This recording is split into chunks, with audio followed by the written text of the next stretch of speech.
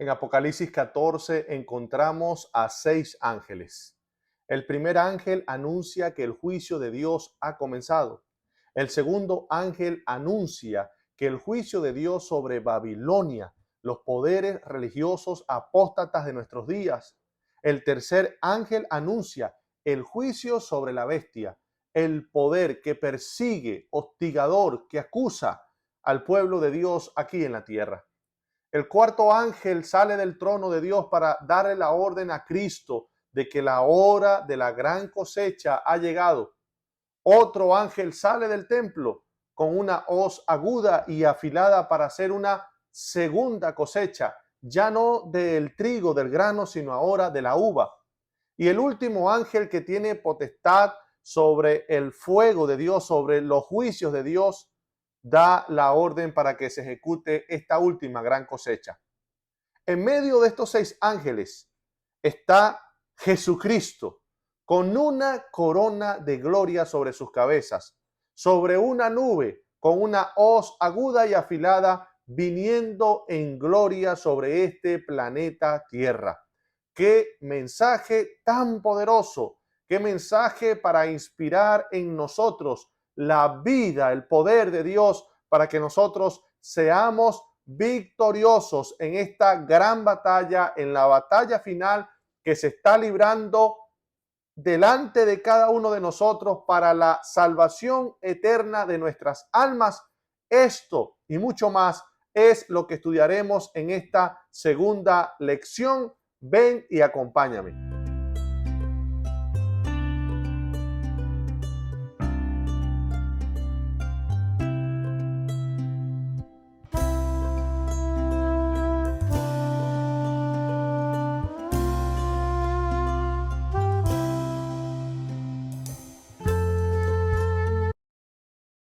Estamos estudiando un material de escuela sabática maravilloso, 3 mensajes cósmicos. Y nos encontramos en la lección número 2, un momento del destino. Vamos a estudiar esta maravillosa lección y rápidamente vamos al texto clave. Apocalipsis 14, 14 al 15. Entonces miré y vi una nube blanca. Sobre la nube a uno semejante al Hijo del Hombre, con una corona de oro en su cabeza y en su mano una hoz aguda.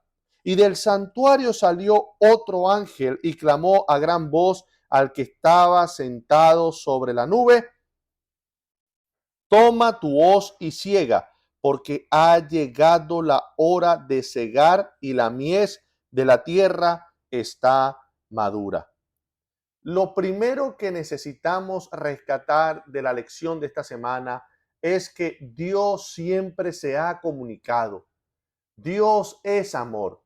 Dios nunca, jamás, en ninguna parte de la historia de este mundo, en ninguno de los acontecimientos más importantes y determinantes de la historia, Él ha dejado a su pueblo a ciegas.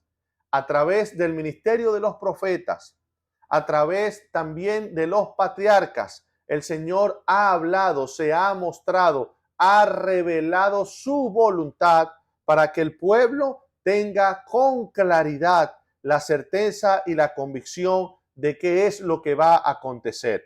Por ejemplo, el libro de Génesis capítulo 6 y 3 dice: y dijo Jehová, no contenderá mi espíritu con el hombre para siempre, porque ciertamente él es carne, mas serán sus días 120 años. Y un poco más adelante en el verso 7, y dijo Jehová, raeré de sobre la faz de la tierra a los hombres que he creado, desde el hombre hasta la bestia, y hasta el reptil y las aves del cielo, pues me arrepiento de haberlos hecho. Pero Noé halló gracia ante los ojos de Jehová. Cuando Dios emitió el juicio sobre el planeta Tierra en el tiempo antediluviano, el Señor expresó de manera clara su voluntad. El Señor dijo que su gracia tiene un límite y para ese tiempo serían 120 años, pero reveló su plan, manifestó el juicio que iba a caer sobre cada uno de los hombres. a través del diluvio y cómo Dios iba a purificar la tierra, porque en medio del juicio de Dios, Dios revela su gracia, manifiesta su voluntad para que las personas puedan tener con plena claridad lo que ha de acontecer y tengan la legítima oportunidad de escoger.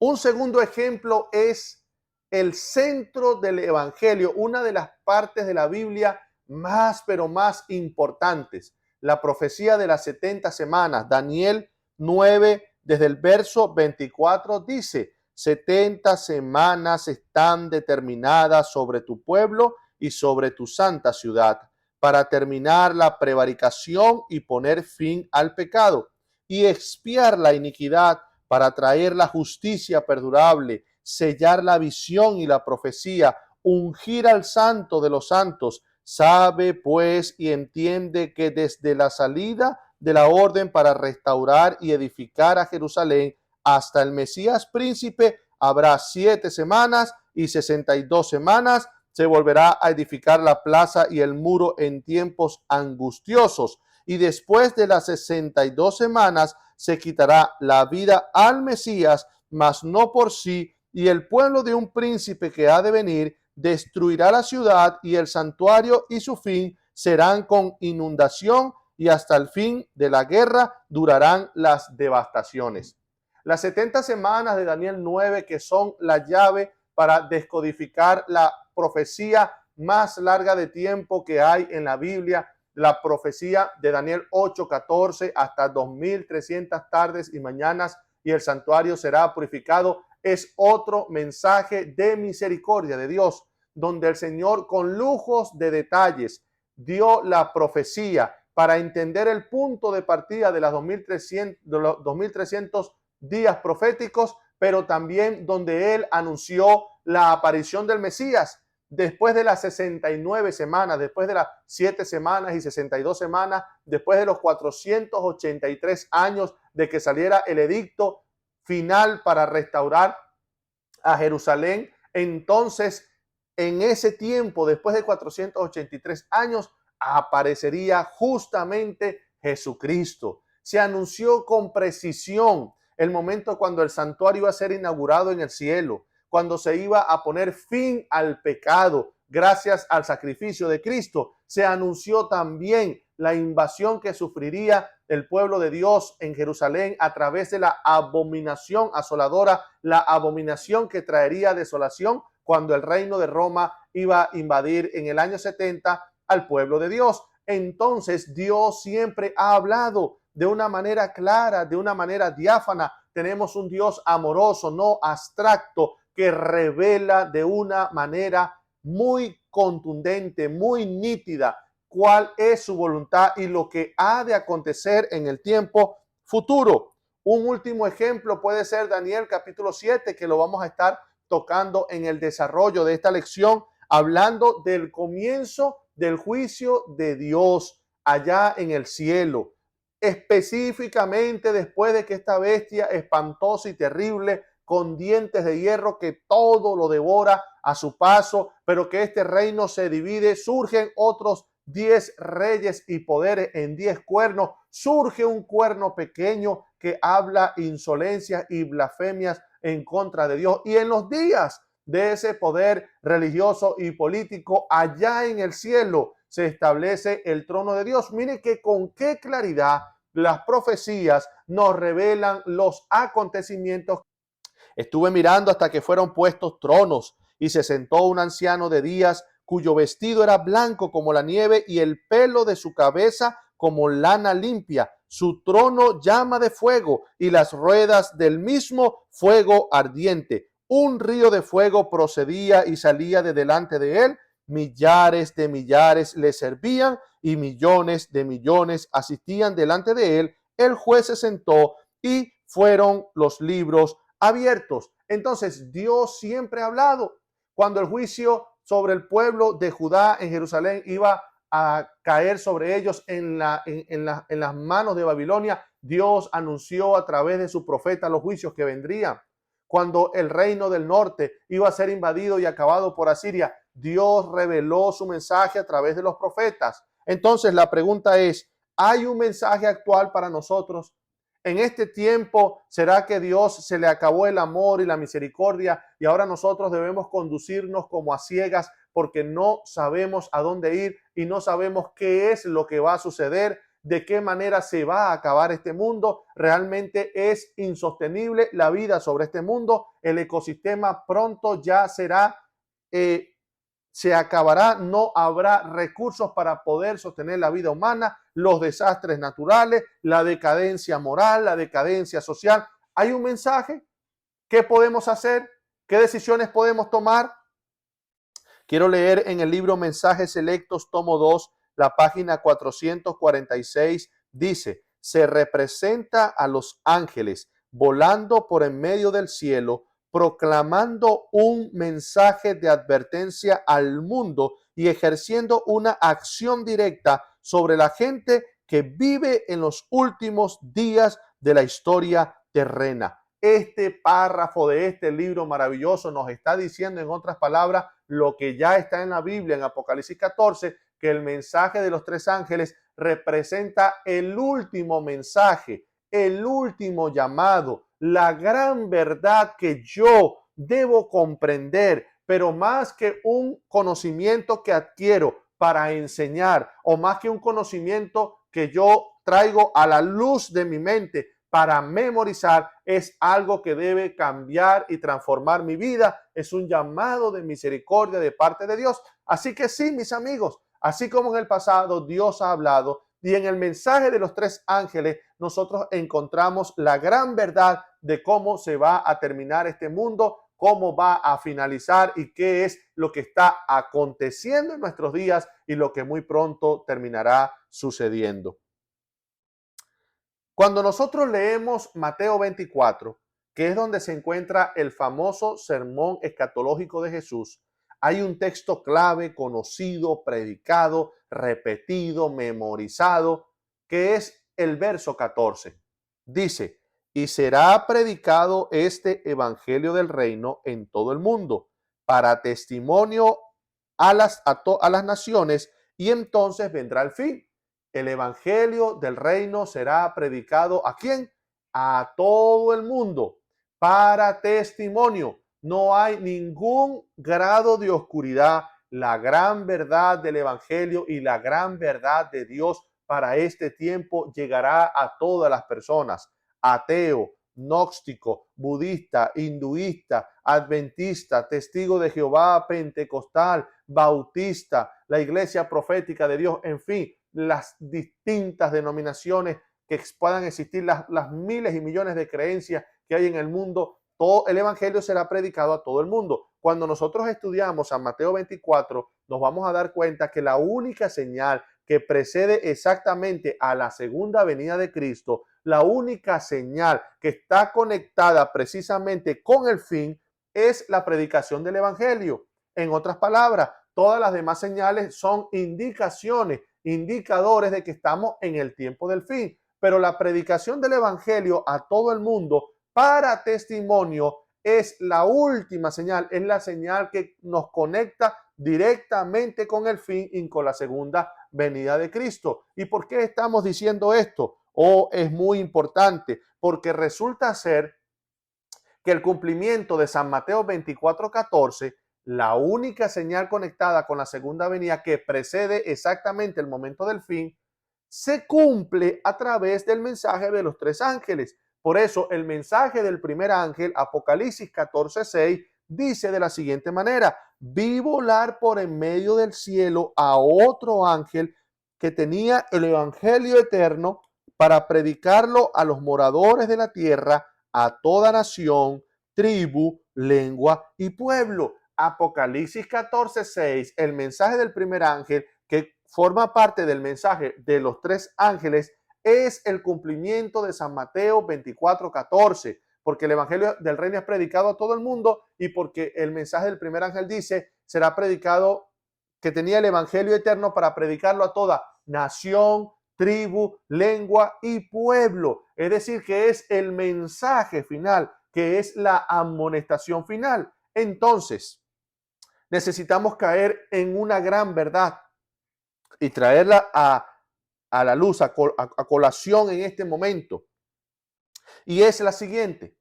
Si el mensaje del primer ángel, Apocalipsis 14:6, es el cumplimiento de San Mateo 24:14, y San Mateo 24:14, que es la predicación del Evangelio, es la única señal que exactamente precede a la segunda venida de Cristo. Quiere decir que para el momento que se predica el mensaje de los tres ángeles es un momento demasiado importante. Quiero decirte, mi querido hermano, amigo, que la profecía siempre es corroborada con la historia. Necesitamos anclar, porque la profecía es el relato anticipado de lo que va a suceder en la historia. Debe anclarse en la historia, no puede desligarse, no puede colocarse en el aire y la voy a poner aquí en este año y le sumo tantos años para... No, debe tener un punto de partida histórico. Quiero decirte que el mensaje de los tres ángeles tuvieron su cumplimiento o se comenzó a predicar este mensaje a mediados del siglo XIX. Fue cuando se comenzó a predicar y se entendió la gran luz de Apocalipsis 14. Quiere decir que nosotros estamos viviendo en el momento de la última predicación, en el momento del último mensaje de amonestación de Dios para el mundo. Entonces eso surge en nosotros una gran verdad, una gran enseñanza, y es cómo estamos viviendo, qué estamos haciendo. Este es el último chance, esta es la última oportunidad, este es el último espacio que tenemos para prepararnos, para definir nuestro destino eterno. ¿Has escuchado y entendido la frase que acabo de decir? Destino eterno. Muy diferente cuando estamos jugando y de repente faltan pocos minutos para que el partido acabe. Por ejemplo, la gran final de fútbol entre Argentina y Francia, que fue un juego demasiado emocionante hasta el último momento cuando el árbitro pitó y entonces el juego se acabó. Hasta ese último momento hubo gran emoción. Bueno, Francia vivió una desilusión, una tristeza, pero no tiene nada que ver con un carácter eterno, ni una consecuencia eterna, ni un destino eterno. Este es el momento. Es un momento muy solemne. Es un momento de análisis. Es un momento de estudio. Gracias a Dios hemos alcanzado hasta este momento. Tenemos vida, tenemos salud, mucha, poco, dinero, mucho, poco. No sé las circunstancias individuales de cada uno, pero todos nosotros tenemos la misma oportunidad y la misma responsabilidad. Quiero leer la matutina Nuestra elevada vocación, página 10, dice: nunca hubo otro tiempo solemne en la historia del mundo que este en el cual vivimos. Nuestros intereses eternos están en juego y debemos despertar a la importancia de asegurar nuestro llamamiento y elección.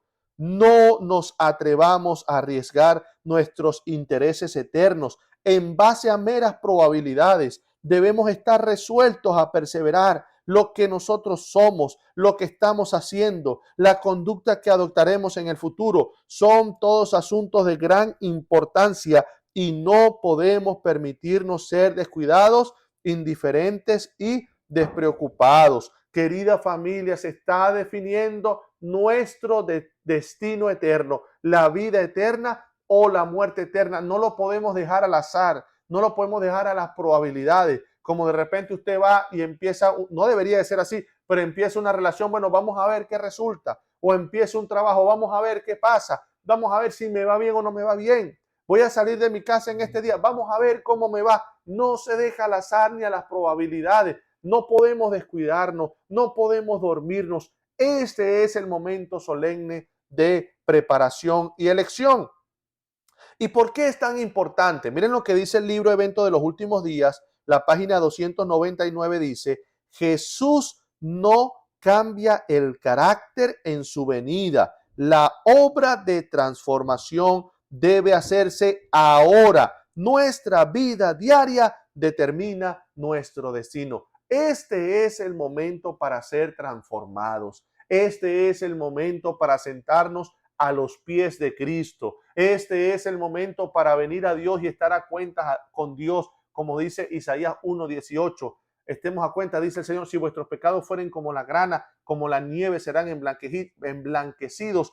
Es el momento de consagrarnos, es el momento de buscar a Dios, es el momento de humillarnos, es el momento de poner freno a todas las actividades, a todas las prácticas, a todos los hábitos que sabemos, que reconocemos, que entendemos que durante tantos años nos han contaminado, nos han afectado, debilitan nuestra toma de decisiones, debilitan nuestra firmeza del lado de la bondad, de lo bueno, de lo correcto y de la justicia. Es el momento para que nuestro carácter sea transformado. ¿Y cómo puede ser el carácter transformado? Primera de Juan, el discípulo amado, el que conoció de una manera muy especial a Jesús, el autor del Apocalipsis 5:3 dice, este es el amor a Dios, que guardemos sus mandamientos y sus mandamientos no son gravosos. Es decir, esta es la manera como tú y yo, está diciendo San Juan, inspirado por el Espíritu Santo, esta es la manera como tú y yo manifestamos amor hacia Dios. No guardamos los mandamientos para amar a Dios, no, sino que la persona que ama a Dios, la persona que tiene el amor de Dios en su vida, se manifiesta que ama a Dios a través de la obediencia de los mandamientos. La manera como revelamos que amamos a Dios, el termómetro, el indicador externo de que el amor de Dios está en ti, en mí, y que tú y yo amamos a Dios, es la obediencia a los mandamientos. Pero ¿cómo puedo amar a Dios? ¿Cómo puedo lograr que el amor de Dios esté en mí? ¿Cómo puedo dar ese fruto de que realmente Dios es el tesoro más grande de mi vida? A través de la contemplación.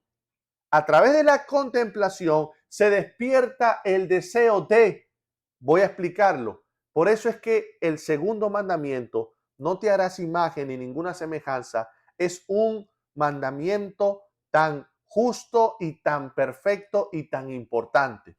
Porque la ley demuestra que nosotros nos hacemos semejantes a lo que contemplamos.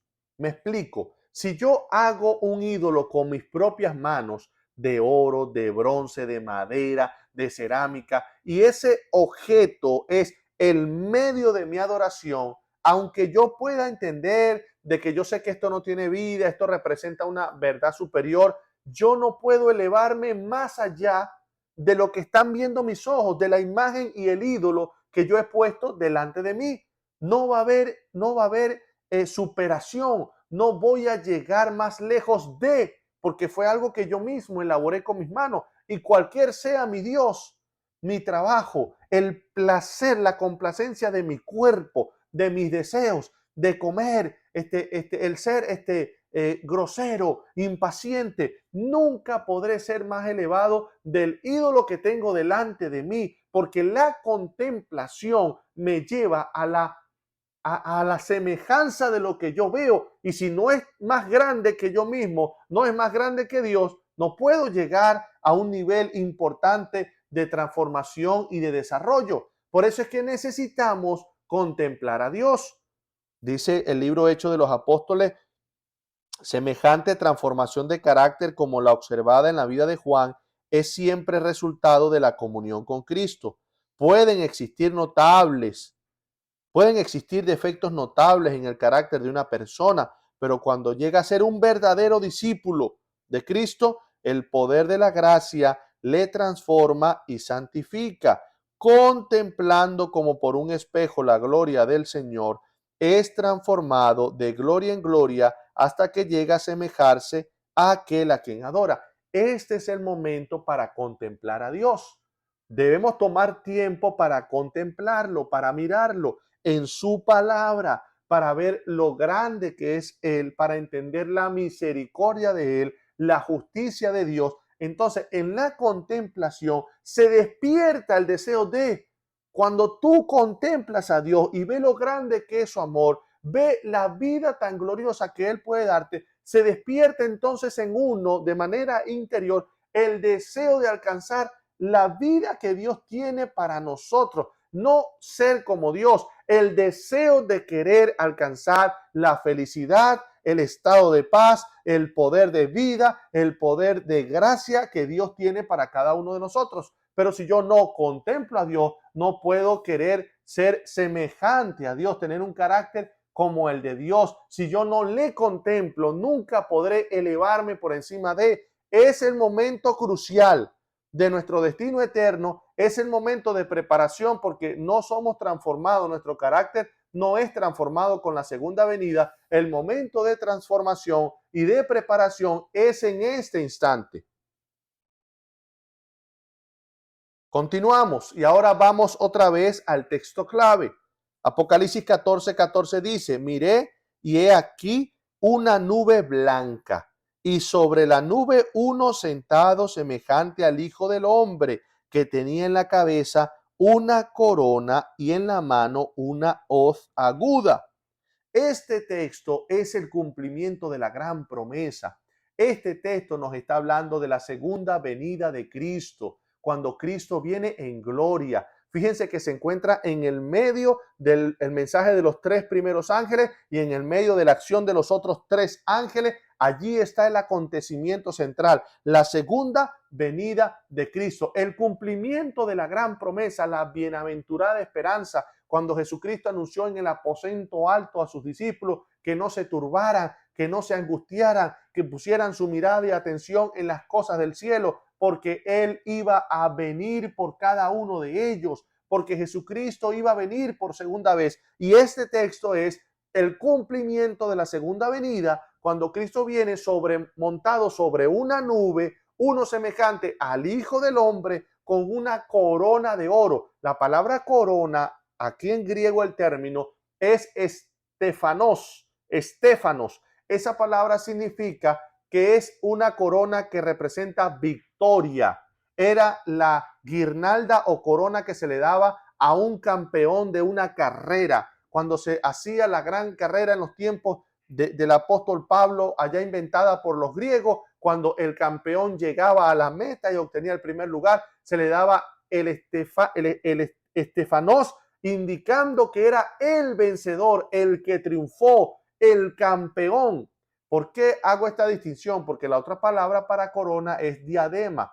La diadema, a diferencia de representar triunfo y victoria, representa poder político, representa autoridad en ese momento. Cuando las 7 cabezas, los 10 cuernos, las 7 cabezas tienen corona sobre sus cabezas, está hablando del poder civil, el poder religioso que en ese momento de la profecía tiene ese poder político. Pero aquí Jesucristo viene con gran victoria y poder.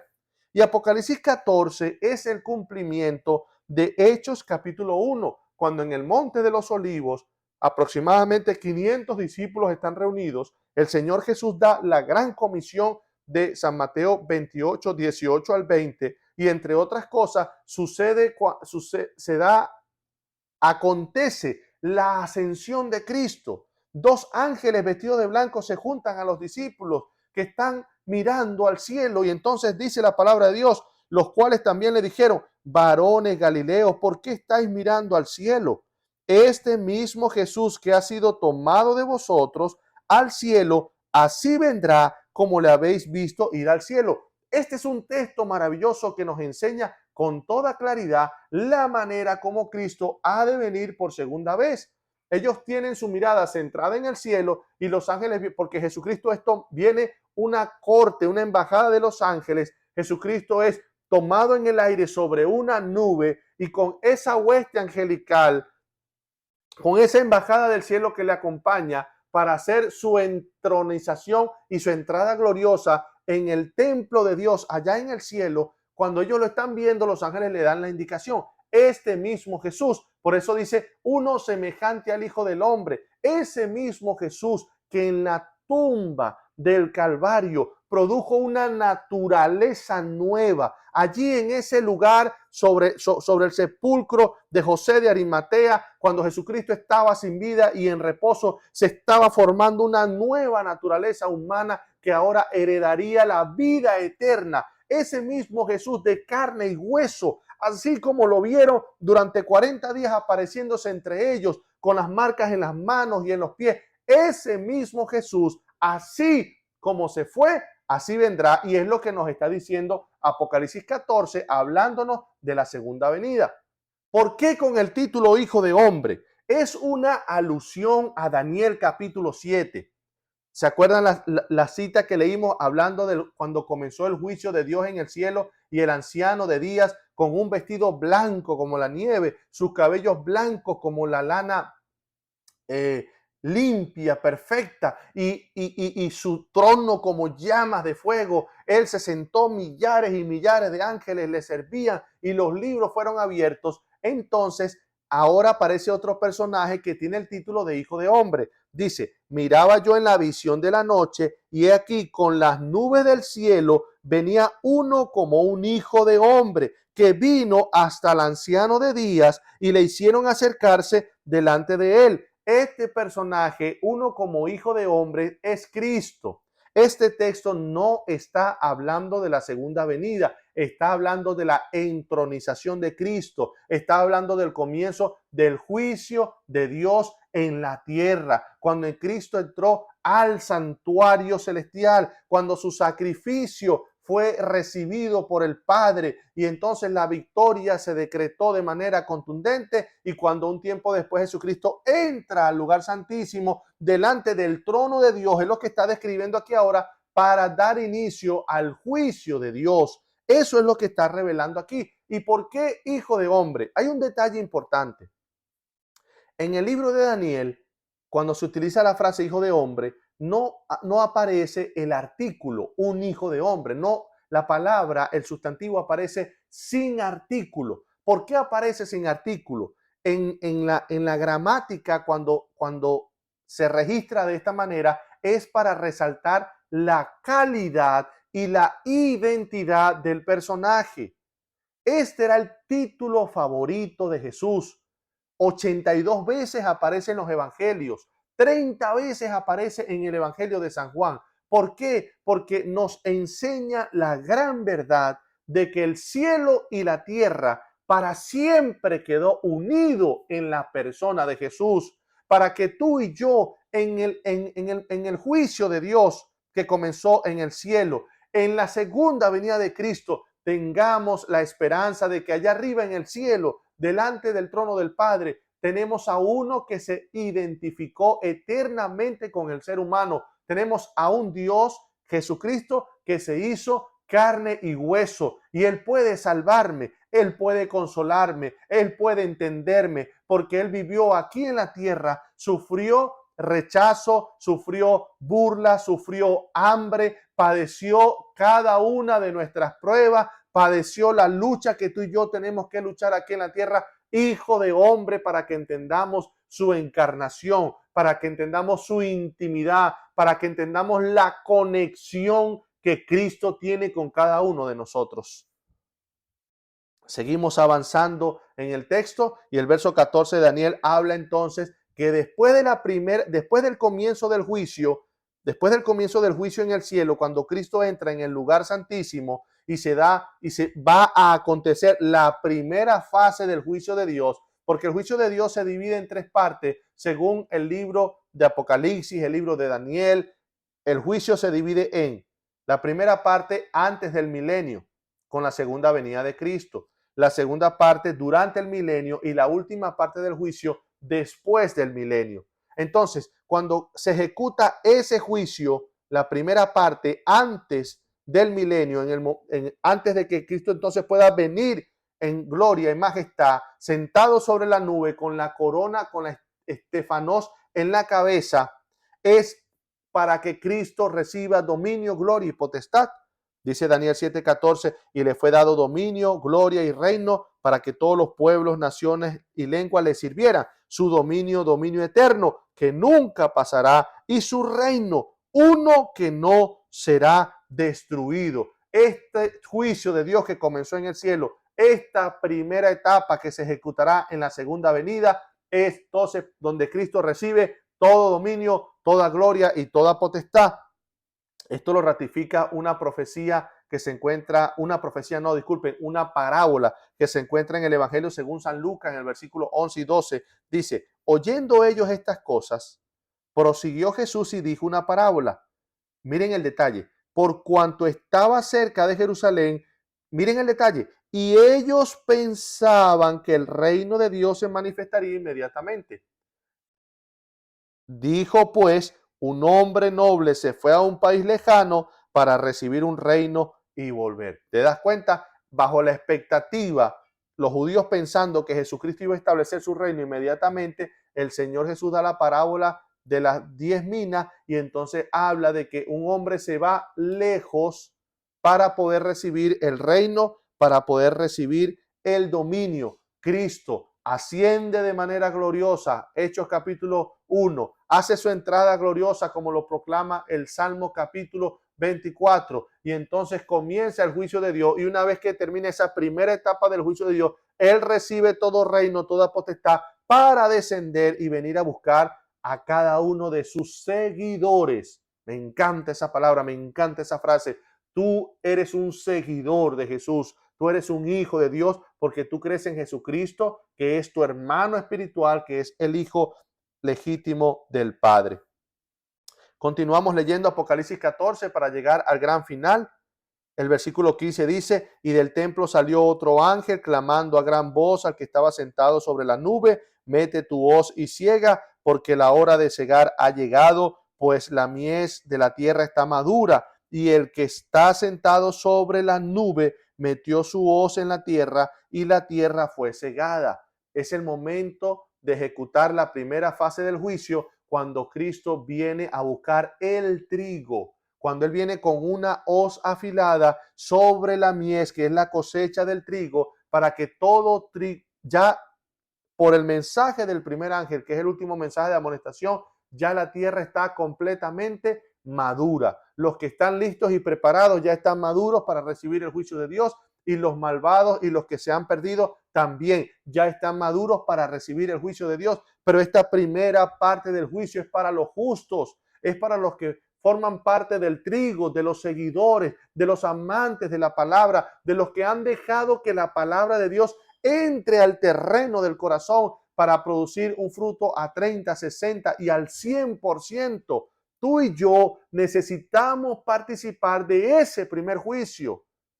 Cuando Cristo venga en gloria y si sufrimos la muerte, seremos levantados del sepulcro. Si estamos con vida, le contemplaremos. Tú y yo no podemos perdernos ese lugar especial. Sigue hablando entonces de los otros tres ángeles.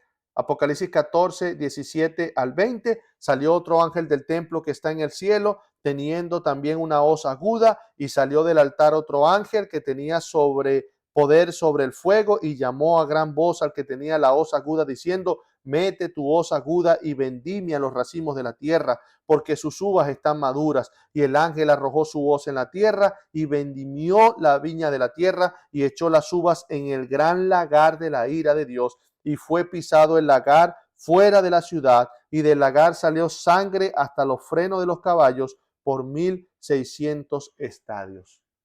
Esta es la segunda cosecha.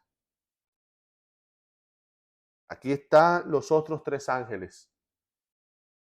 El que le dio la orden a Jesús que hiciera la cosecha, viene otro ángel del templo que lo acabamos de leer con otra voz aguda, y el ángel que tiene potestad sobre el fuego, sobre los juicios de Dios, para decirle a ese otro ángel que salió del templo que era el momento de la última gran cosecha. Ya no es una cosecha para el trigo, es una cosecha para la uva, para el lagar, donde se pisa la uva para obtener el vino, que es símbolo de la retribución final para todos aquellos que rechazaron a Jesús, que no atendieron al último mensaje de misericordia, que no aprovecharon este tiempo final, que perdieron el tiempo en el teléfono, que perdieron el tiempo en las redes sociales, que perdieron el tiempo en el materialismo del mundo, que perdieron el tiempo en los placeres de este mundo, que no hicieron caso a la voz de su conciencia, al llamado que Dios le hacía de tantas maneras.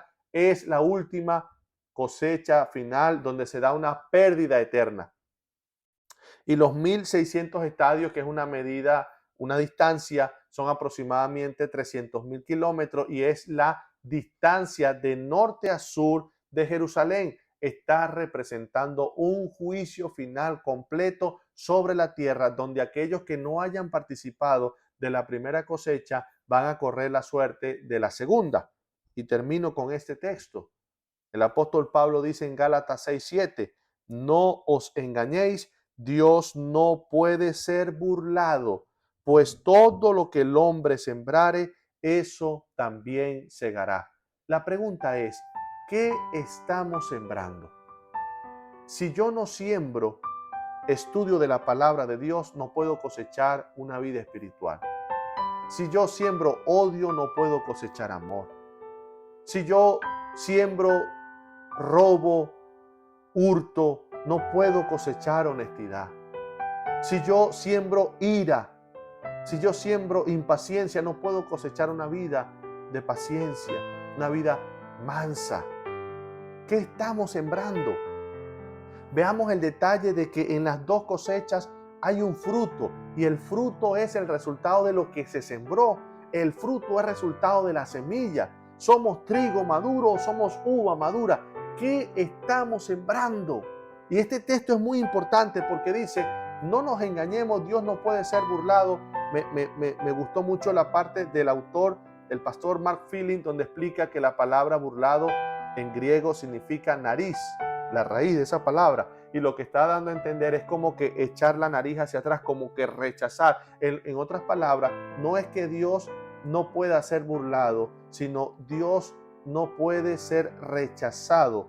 ¿Qué es lo que quiere decir? Porque por supuesto que Dios puede ser rechazado porque nos dio libre albedrío. Lo estudiamos la semana pasada y lo hemos mencionado muchas veces. Lo que quiero decir es que el rechazo a Dios no va a quedar impune. El rechazo a Dios va a traer serias consecuencias. ¿Qué estamos sembrando? ¿Qué estamos sembrando? En este momento final, delante de esta gran cosecha que se avecina, ¿qué es lo que estamos sembrando?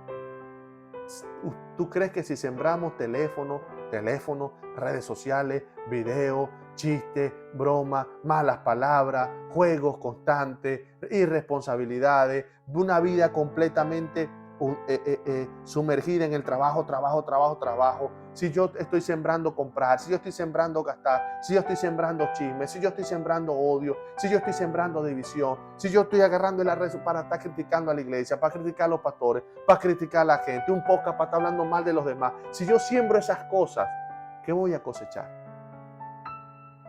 Dios no puede ser burlado. Sembremos una vida humilde, una vida que se humilla delante de Dios. Sembremos una búsqueda constante de la dirección de Dios. Pidámosle a Dios todos los días, bien temprano en la mañana, cuando Moisés fue a encontrarse con Dios la última vez para bajar con las segundas tablas de piedra que él talló para que Dios le escribiera con su dedo. Dice la palabra de Dios en capítulo Éxodo 35, 34, que él salió muy, pero muy de mañana. Necesitamos buscar a Dios bien temprano, que Él sea nuestra máxima prioridad para recibir el bautismo, para recibir la lluvia tardía, el agua y la presencia de Dios en el alma y en la mente, que nos va a ayudar para que se pueda cosechar el trigo, para que la semilla de la palabra que algún día cayó en ti, cayó en mí, pueda dar su fruto determinante.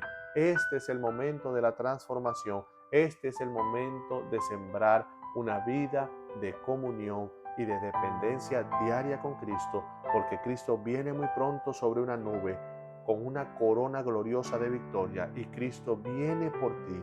Cristo viene por tu familia. Cristo quiere tenerte muy cerca y para siempre.